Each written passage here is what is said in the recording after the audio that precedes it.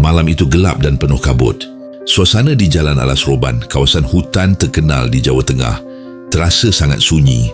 Kabut tebal menggantung di udara, menutupi jalan hingga hanya beberapa meter ke depan yang terlihat pohon-pohon besar berdiri, menjulang dengan ranting-rantingnya yang seperti tangan kurus mencakar langit.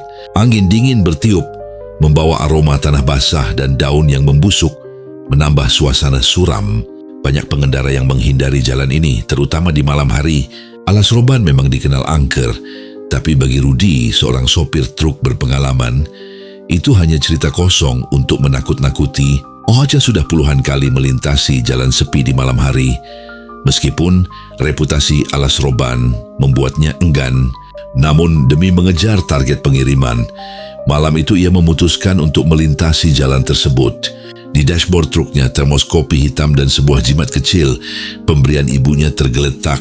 "Jimat ini bakal melindungimu," kata ibunya suatu kali.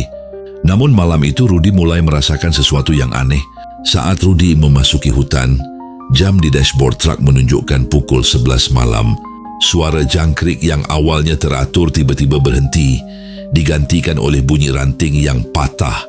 Seperti ada sesuatu yang bergerak di dalam hutan. Kabut semakin tebal dan ia merasa seperti diawasi. Tiba-tiba, lampu truknya berkedip-kedip lalu mati.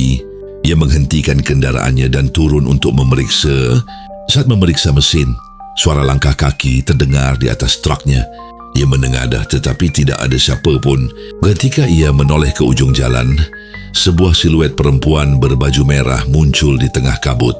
Langkahnya pelan tapi mendekat dengan pasti. Wajah perempuan itu cantik tapi pucat, dengan mata yang seakan menatap langsung ke dalam jiwa Rudi.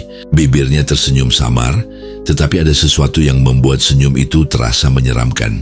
"Pak, bisa tolong antar saya pulang," katanya dengan suara lembut yang terdengar seolah berasal dari dua arah.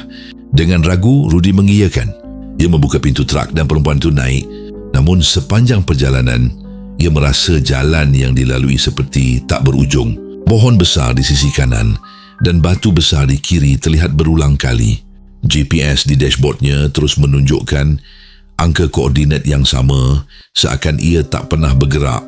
Rudi mulai panik. Ia menoleh ke arah perempuan itu untuk bertanya. Tapi kursi penumpang kosong. "Kemana dia?" gumamnya sambil mengerem mendadak. Wak keluar dari truk dan mendapati dirinya berada di tempat yang sama seperti saat pertama kali memasuki hutan. Jalan, pohon dan kabut terlihat identik. Namun ada satu perbedaan. Sebuah papan kayu tua dengan tulisan besar, "Selamat datang di Alas Roban, Rudi Mematung." Di dashboard truknya, termos kopinya tergeletak tetapi jimat pemberian ibunya hilang. Esok paginya, warga sekitar menemukan Rudi di pinggir jalan, duduk di luar truknya. Ketika ditanya apa yang terjadi, ia hanya bisa bergumam, "Perempuan itu, jalan itu tak pernah berakhir." Seorang warga tua kemudian bercerita, perempuan berbaju merah itu sudah lama jadi legenda di sini. Katanya dia korban kecelakaan bertahun-tahun lalu. Mobilnya terbalik di tikungan karena kabut tebal, tapi jasadnya tak pernah ditemukan. Ketika Rudi memeriksa kursi penumpang truknya, ia menemukan sehelai kain merah dengan noda darah samar.